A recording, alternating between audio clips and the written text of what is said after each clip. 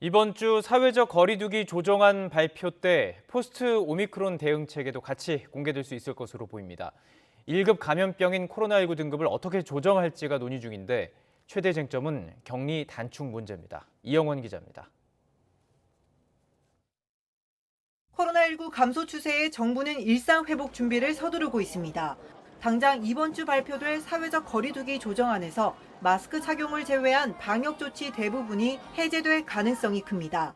실내 마스크 정도를 제외하고 영업시간, 사적 모임, 대규모 행사 등 모든 방역 규제를 해제하고 일상에 가까운 체계로.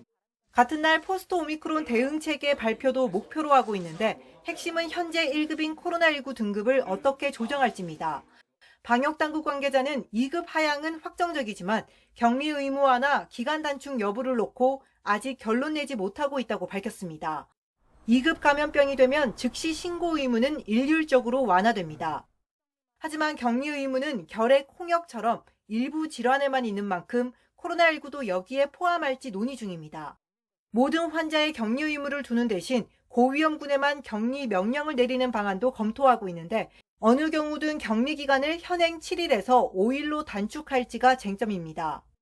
독감이나 결핵으로 단계를 내리게 되면 우리가 일상 진료로 복귀가 되게 됩니다. 대면 진료가 활성화되고 진료와 처방이 동시에 이루어지게 되면 독감처럼 풍토화가는 지역사회 내에서는 이제 이 바이러스가 유행을 해도 큰 문제가 없다 그러면 격리 해제할 수 있죠. 그 상황이 됐느냐 아니에요.